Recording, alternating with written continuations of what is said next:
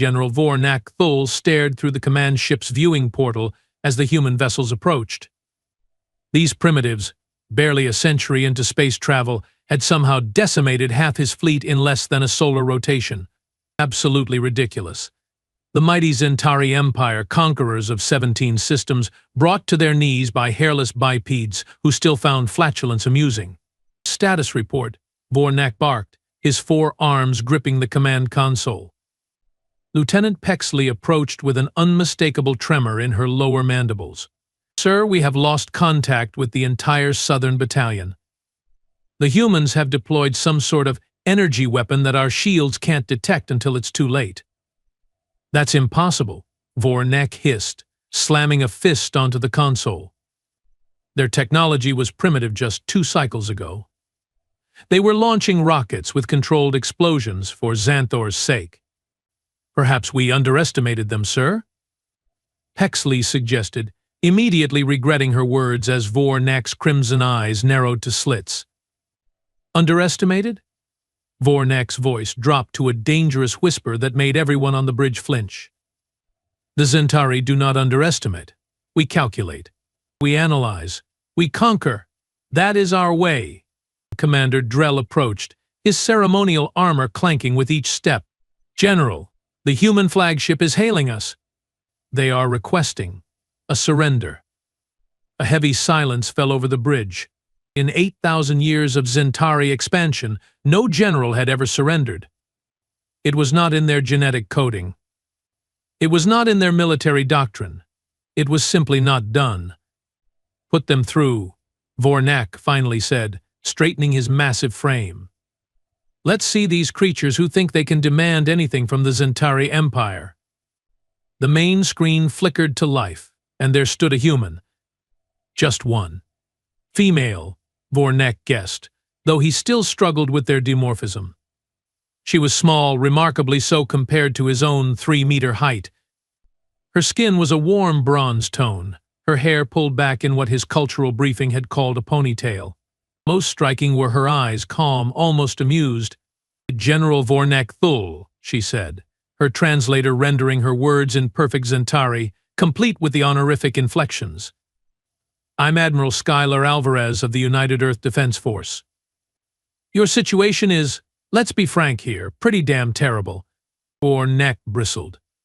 "Admiral, if you think the Zentari will bow to your—" "Oh, spare me the speech," Skylar interrupted, casually examining something on her control panel. "I have heard it 6 times from 6 different Zentari commanders in the past week. You are going to tell me about your glorious empire, your superior evolution, how death is preferable to defeat. Then I will have to blow up another one of your lovely ships, and honestly, I'm getting tired of the cleanup. Do you know how much space debris you folks have created? It's an environmental hazard at this point." Several bridge officers gasped at the human's audacity. Vornak felt his secondary heart begin to race with fury. "You dare speak to me with such disrespect? I have conquered worlds while your ancestors were still discovering how to create fire." Skylar sighed dramatically. Yes, very impressive. Look, I have got a lunch meeting in 40 minutes with the Arcturian ambassador, and these talks always run long. So here's the deal, surrender now, and we won't have to demonstrate our new quantum displacer on your command ship. It's quite the show. Turns matter inside out. Not pleasant. "You are bluffing," Vornak sneered, though uncertainty gnawed at his gut sacs. "Our intelligence indicates your species has no such technology." "Your intelligence," Skylar said with a laugh that somehow chilled Vornak to his core, "also indicated we would surrender after your first assault. How's that working out for you?" Before Vornak could respond, Lieutenant Pexley cried out, "General, the Southern Cross, our dreadnought, it's gone." Vornak spun toward the tactical display. Where their mightiest warship had been, now existed only a strange ripple in space, like water disturbed by a stone. "That," said Skylar, her voice now deadly serious, "was a warning shot. The Southern Cross had a crew of 6,000. The next demonstration won't be on an evacuated vessel. You have 10 minutes to decide, General. Alvarez out. The screen went black. Commander Drell approached cautiously. "General, what are your orders?" Vornak stared at the blank screen, his mind racing. "Get me everything we have on this Admiral Alvarez, and contact High Command. Tell them," he paused, the words foreign and bitter on his tongue. "Tell them we may need to consider tactical alternatives to victory." Vornak paced his private chamber, the data tablet clutched in his lower right hand. The information was sparse but troubling. Skylar Alvarez, aged 42 Earth years, former Special Forces before rapid promotion through their space program, known for unconventional tactics and a perfect combat record, and the daughter of a diplomat and an engineer. How? He muttered to himself. How did they advance so quickly? The door chimed, and Commander Drell entered, his posture rigid with formality. "High Command has responded, sir." Vornak turned. "And?" "They say," Drell looked down, clearly uncomfortable. "They say that no rescue fleet will be dispatched, that we are to uphold the honor of the Empire through glorious sacrifice." Vornak stared at his second-in-command. "They are abandoning us." "They are giving us the opportunity to die with dignity, sir." Vornak laughed, a harsh, barking sound. "Dignity? There's no dignity in being turned inside out by human weapons, Drell. High Command sits safely in the heart of our empire, sending others to die for their expansion dreams. Sir, such talk is treasonous? Perhaps. But I'm beginning to wonder if our mighty empire deserves such loyalty." Vornak tossed the data tablet onto his rest platform. "What do we actually know about these humans, Drell? Not what our propaganda tells us. What do we know?" Drell shifted uncomfortably. "They are resourceful, adaptable. They form alliances with species we have never managed to approach diplomatically. And how many civilian targets have we destroyed since this campaign began?" Drell's eye stalks lowered. 17 settlements, sir. Plus the research outpost on their moon." Vornak nodded slowly. "And yet this Admiral Alvarez evacuated our dreadnought before destroying it. What does that tell you about their species compared to ours?" "Sir, you sound like you are considering." "I'm considering the survival of my crew, Commander. Something our glorious High Command seems uninterested in." Vornak moved to the viewing portal, watching as the human fleet maintained their position, weapons ready but not firing. "Get me Admiral Alvarez. Private channel." "Well, this is unexpected," Skylar said, her image flickering slightly on Vornak's private communication terminal, with a personal call from the mighty General Thull himself. "To what do I owe the pleasure?" "You evacuated the Southern Cross before destroying it," Vornak said without preamble. "Why?" Skylar's expression shifted, surprise briefly flickering across her features. "Because they were soldiers following orders, not monsters deserving death. Because we don't believe in unnecessary casualties." "Even enemy casualties?" "Even enemy casualties," she confirmed. "Don't get me wrong, we will fight when we need to. Your empire made sure of that when you attacked our colonies without warning. But we don't glorify death, yours or ours." Vornak studied her, searching for deception. "My High Command has ordered us to fight to the last soldier." "Of course they did," Skylar said with a snort. "Funny how leadership far from the front lines always prefers glorious last stands to sensible retreats." Despite himself, Vornak felt his mouth twitch in what humans would recognize as a smile. "You are not what I expected, Admiral. Likewise, General. I expected more ranting about superiority and less actual conversation." She leaned forward. "Your 10 minutes are nearly up. What's it going to be?" Vornak took a deep breath.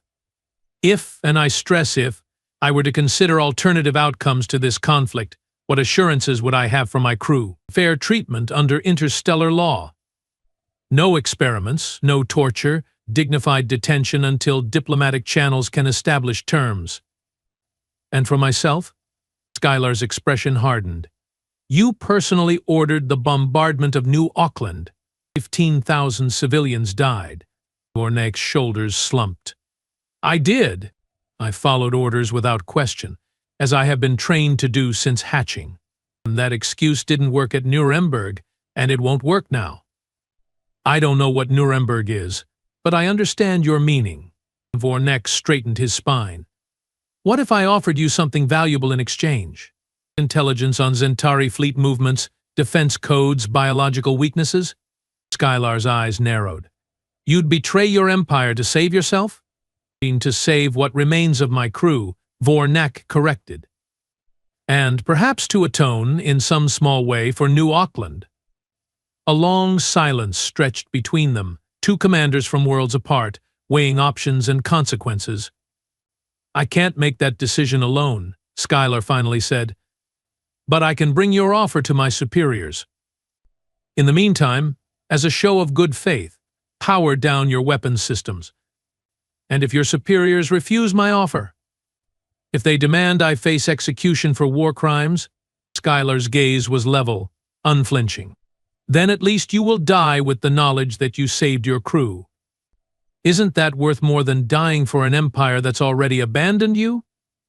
The truth of her words struck Vornek like a physical blow. Very well, weapons powering down. But Admiral, he added, his voice dropping to a growl, if this is a trick to make us vulnerable before attack. It's not, she said simply. We are better than that. And strangely, Vornek believed her. The shuttle bay of the human flagship Resilience was larger than Vornek had expected, and significantly less militaristic. Where Zentari vessels were all sharp angles and exposed weaponry, the human ship featured curved bulkheads and surprisingly comfortable-looking seating areas. A delegation of 10 humans awaited him, 9 armed security personnel and Admiral Alvarez herself, standing slightly ahead of the others. As the airlock hissed open, Vornek ducked his head to clear the doorway. At full height, he towered over even the tallest human present. General Thule, Skylar said, stepping forward with a remarkably calm demeanor considering she stood before an alien who could snap her in half with minimal effort. Welcome aboard the Resilience. Admiral, he acknowledged with a formal half-bow. I come alone and unarmed, as agreed. Appreciate that. Though we would have detected weapons anyway, she said with a slight smile. Our scanners are quite thorough. Your technology continues to surprise me, Vornek admitted. As does your civilization. Skylar gestured toward a doorway. We will talk in the conference room. I think you will find it more comfortable than standing in a shuttle bay being gawked at by my security team. As they walked, Vornek noticed the humans giving him a wide berth. Not just out of caution, he realized, but courtesy for his size. Small adaptations for a visitor's comfort, something the Zentari would never consider. The conference room was well lit and furnished with one oversized chair that had clearly been prepared specifically for him. The symbolism wasn't lost on Vornek. They had anticipated his needs before his arrival. Another courtesy his own people rarely extended to lesser species. Your ship is. Not what I expected, Vornek said as he carefully lowered himself into the reinforced chair. Let me guess, Skylar replied, taking her own seat across from him. You expected primitive technology held together with hope and duct tape, soldiers who cower at the sight of a mighty Zentari. Something like that, Vornek admitted. Our intelligence on your species has been flawed. Intentionally so, I suspect. Skylar tapped a control on the table, and a holographic display sprang to life between them. This is what we know about the Zentari Empire's command structure. You will notice several highlighted sections. These represent inconsistencies we have identified. Vornek leaned forward, surprised by the accuracy of what he was seeing. How did you obtain this? We have our ways, Skylar said cryptically. But, more importantly, we believe there are factions within your empire. Not everyone supports this war. Vornek stared at her, genuinely shocked. That's classified at the highest levels. And yet here we are, Skylar said, spreading her hands. The question is, General Thule, which faction do you belong to? Vornek felt as though the gravity had increased in the room.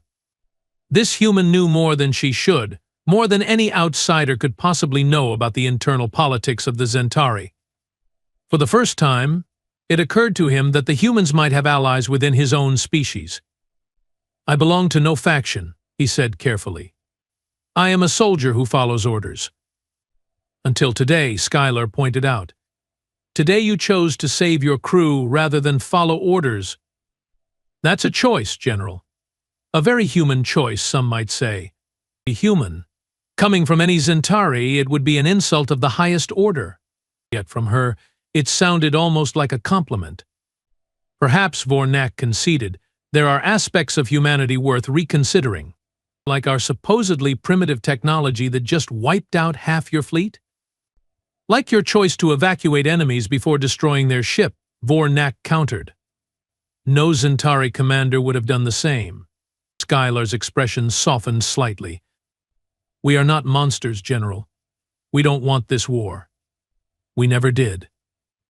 And yet you fight with remarkable effectiveness for a peace-loving species." "Humans contain multitudes," Skylar said with a small smile.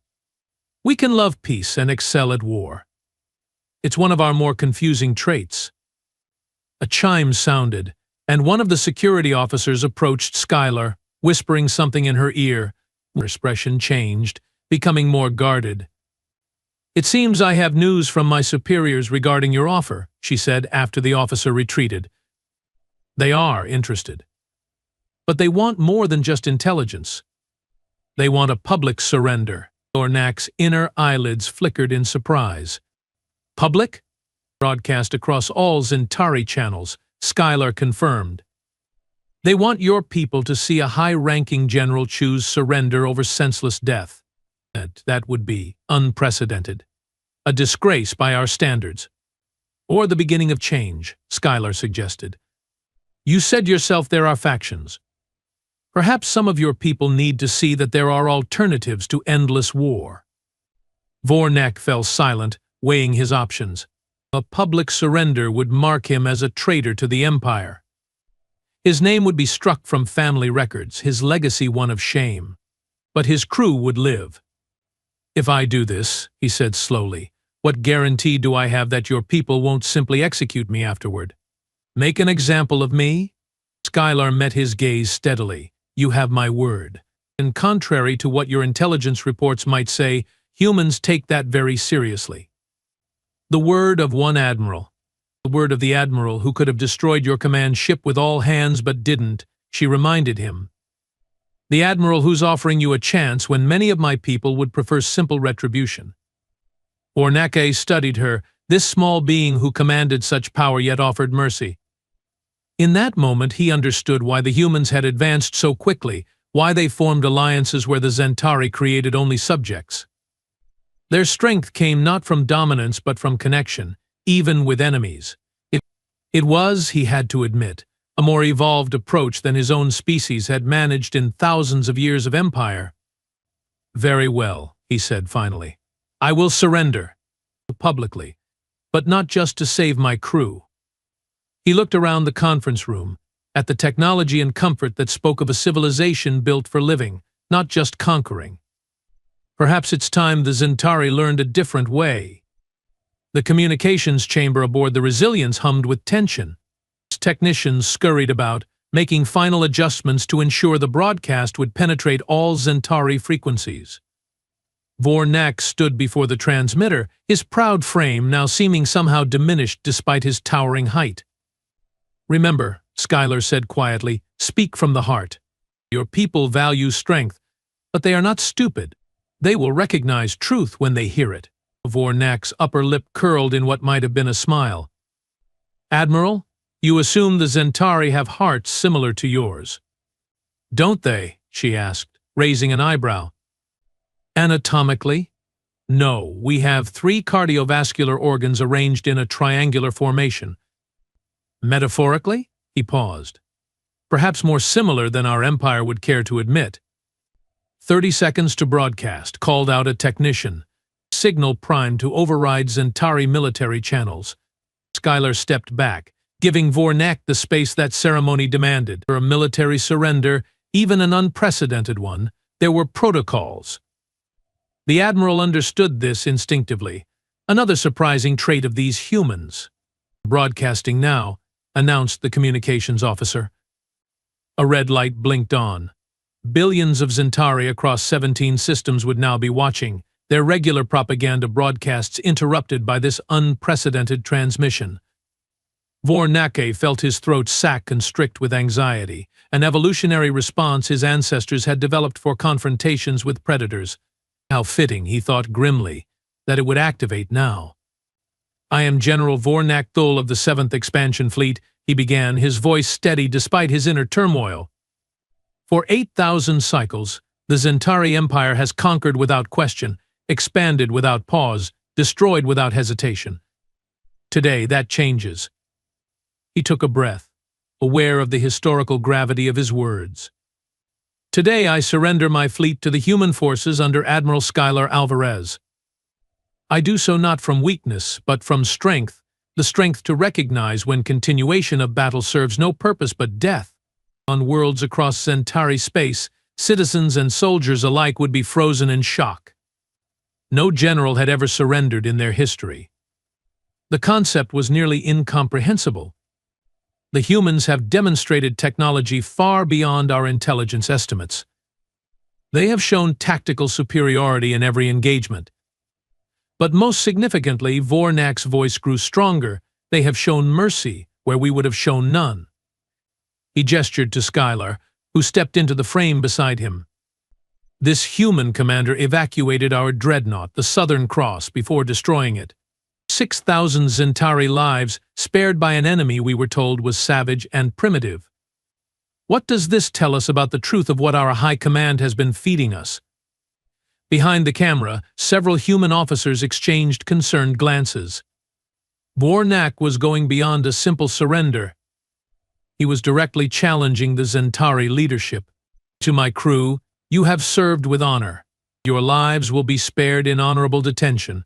To the factions within our empire who have questioned our endless warmongering, know that there are alternatives. And to high command." Vornak's eyes narrowed to dangerous slits. "Your days of sending others to die while you remain safe in your bunkers are numbered." Skylar stepped forward. "This is Admiral Skylar Alvarez of the United Earth Defense Force. To all Zentari forces engaged with human outposts and colonies, we offer the same terms given to General Thul. Surrender, and you will be treated with dignity under interstellar law. Continue your attacks, and you will face the full technological might of humanity and our allies." She paused, allowing the translator to catch up. "The choice is yours. But know this, we didn't want this war, but we will end it, one way or another." The broadcast cut off. For a moment, the communications chamber was completely silent. Then a human technician whistled softly. "Well, that ought to stir the pot." Vornake turned to Skylar. "Your officer speaks truth. What I have done today will cause upheaval throughout the Empire." "That was the idea, wasn't it?" Skylar asked, studying him. "Perhaps," Vornak admitted. "Though even I did not expect to speak so honestly." Skylar smiled. "Something about the red recording light brings out the truth in people. Even giant four-armed alien generals, apparently." Alarm suddenly blared through the ship. Lieutenant Grayson burst into the communications chamber, his face tight with urgency. "Admiral, Zentari vessels are on the move throughout the system. Multiple hyperspace signatures detected." "Reinforcements?" Skylar asked, already moving toward the bridge. "No, ma'am. They are turning on each other.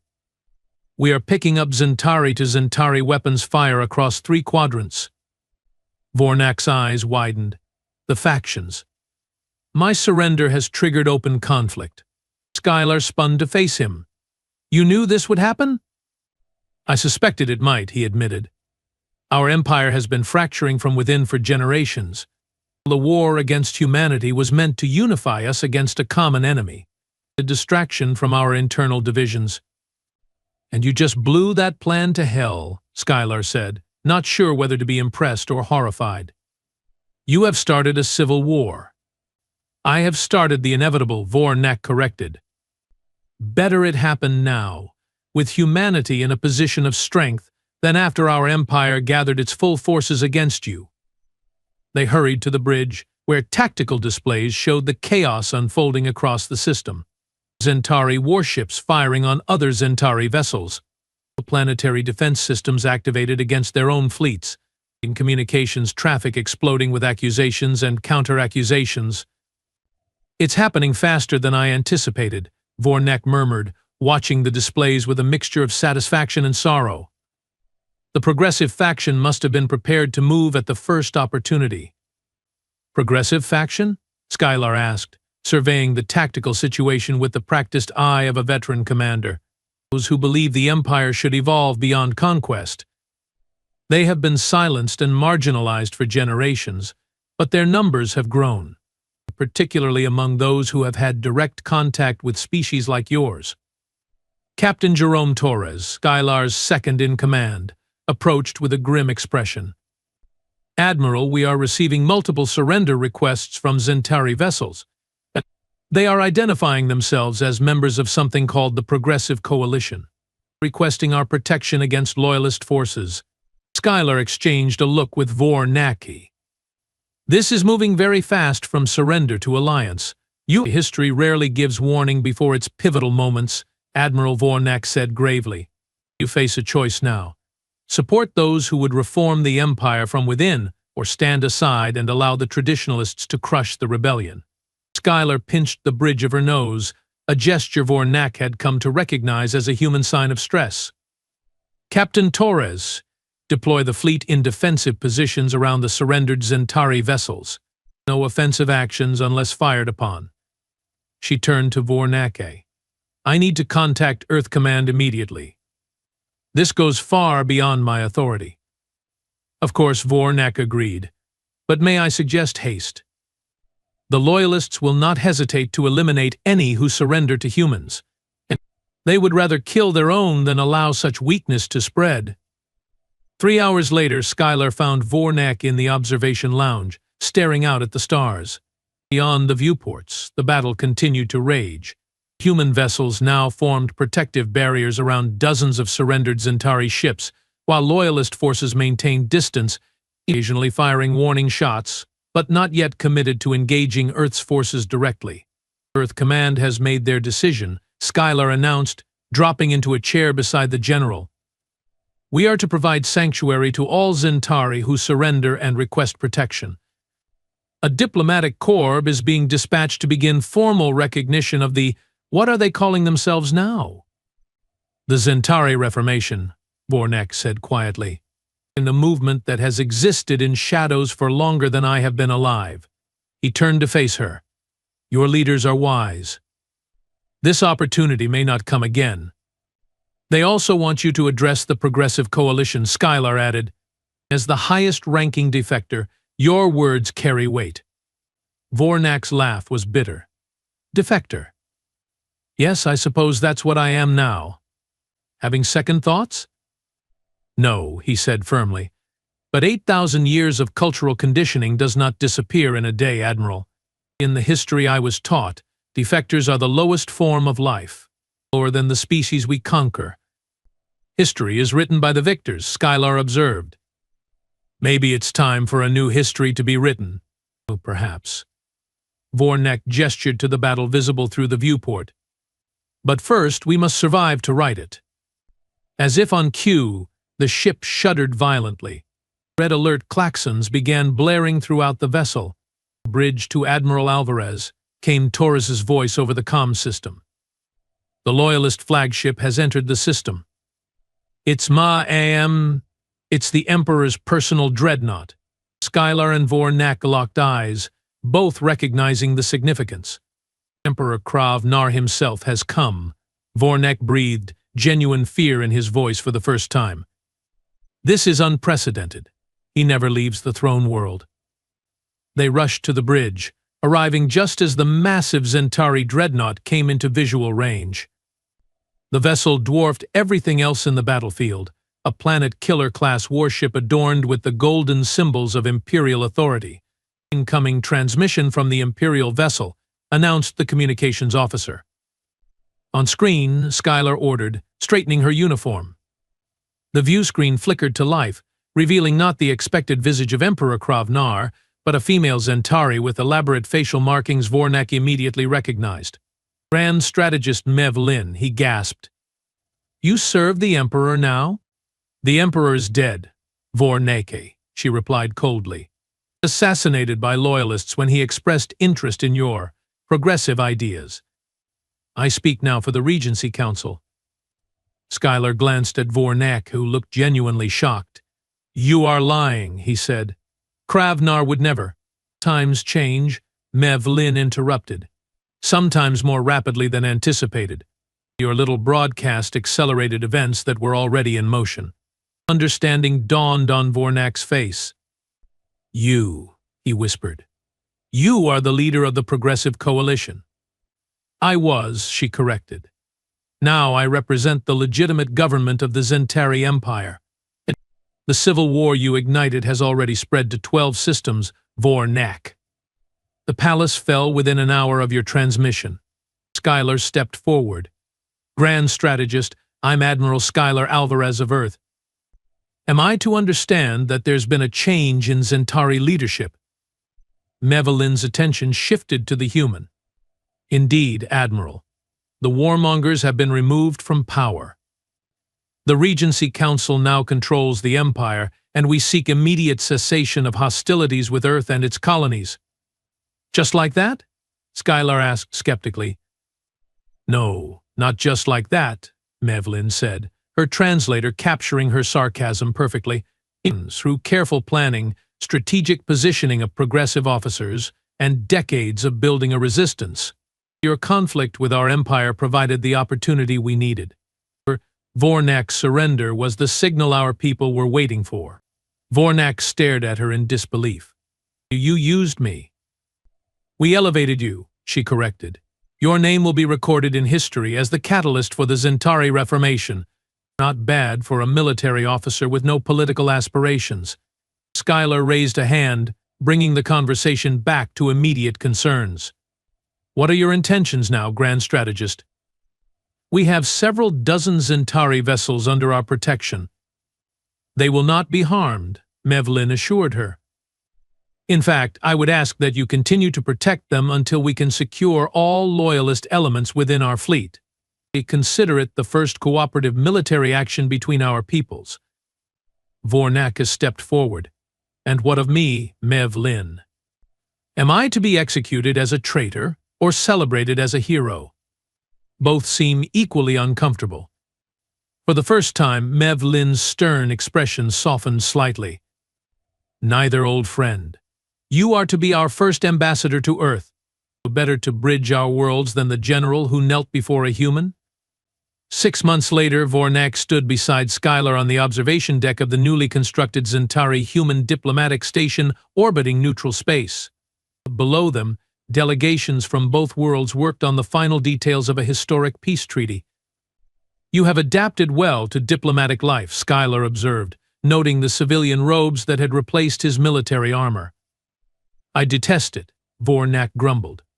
Too much talking, not enough action. But Mev Lin insists I'm the perfect symbol of our new cooperation. She's not wrong, Schuyler said with a smile. The general who surrendered is now the face of peace. It's poetic. It's poetic. Humans and your poetry, Vornak scoffed, but there was no real bite to his words. Have you received your new assignment yet? Schuyler nodded. The Resilience is being recommissioned as a joint exploration vessel. Half human crew, half Centauri. Ambitious, Vornak commented. Our species were trying to exterminate each other less than a year ago. If you and I can become friends, anything's possible, she replied. Vornak considered this. Friends. Yes, I suppose that is what we are now. An unexpected outcome of war. The most unexpected outcomes often lead to the greatest advances, Schuyler said. Your surrender changed 2 civilizations forever. And now comes the hard part, Vornak said, gesturing to the diplomatic proceedings below. Learning to live together rather than simply not killing each other. One step at a time, Ambassador, Schuyler said. After all, 6 months ago you were on your knees before me, begging for mercy. I did not beg, Vornak protested indignantly. I negotiated from a position of strategic disadvantage. You totally begged, Skylar teased. I have the recording. Vornak made a dismissive gesture with his lower arms. Historical records can be interpreted many ways, Admiral. Speaking of history, Skylar said, her tone growing more serious, what's happening with the Loyalist holdouts? We are getting concerning reports from the Proxima sector. Vornak's expression darkened. They are gathering strength. Mevlin believes they may attempt to reclaim the throne world within the year. Will the Reformation hold? It must, Vornak said simply. The alternative is a return to endless war. Our species continuing its mindless expansion until we encounter something even we can't defeat. Like humans? Skylar suggested with a sly smile. Your species surprised us once, Vornak acknowledged. But don't become overconfident, Admiral. There are horrors in this galaxy that would make both our peoples tremble. Skylar's smile faded. You are talking about the anomalies our joint science team detected in the Cygnus arm. Precisely. Whatever awaits us out there, humanity and Zentari will face it together, or not at all. He turned to her fully, his massive frame silhouetted against the stars. That is why this peace must succeed, Skylar. Not just for our peoples, but for all who value life in this galaxy. A young human aide approached, looking somewhat intimidated by Vornak's presence. Excuse me, Ambassador, Admiral. The final signing ceremony is about to begin. They followed the aide toward the main diplomatic chamber, walking side by side, the human admiral and the Zentari general who had once been the fiercest of enemies. Do you ever regret it? Skylar asked quietly as they walked. Surrendering that day? Vornak considered the question seriously. I regret the circumstances that made it necessary. I regret the thousands of lives lost on both sides before I saw the truth. But the surrender itself? He stopped just outside the chamber doors, where delegates from both worlds waited to witness history. No, he said finally, that moment, kneeling before you choosing life over senseless death, was perhaps the first truly independent decision I ever made. The first time I acted not as a product of Zentari conditioning, but as myself. Skylar nodded in understanding. Freedom is a heavy burden, isn't it? Almost as heavy as peace, Vornak agreed. But I believe both our species are strong enough to bear the weight. The doors opened before them, revealing the assembled dignitaries rising to their feet. Zentari and humans, standing together in a room that hummed with possibility. With a shared glance of understanding, Admiral and Ambassador stepped forward into a future neither had imagined possible 6 months before, a future born in surrender, but built on something far stronger than conquest could ever be. The beginning.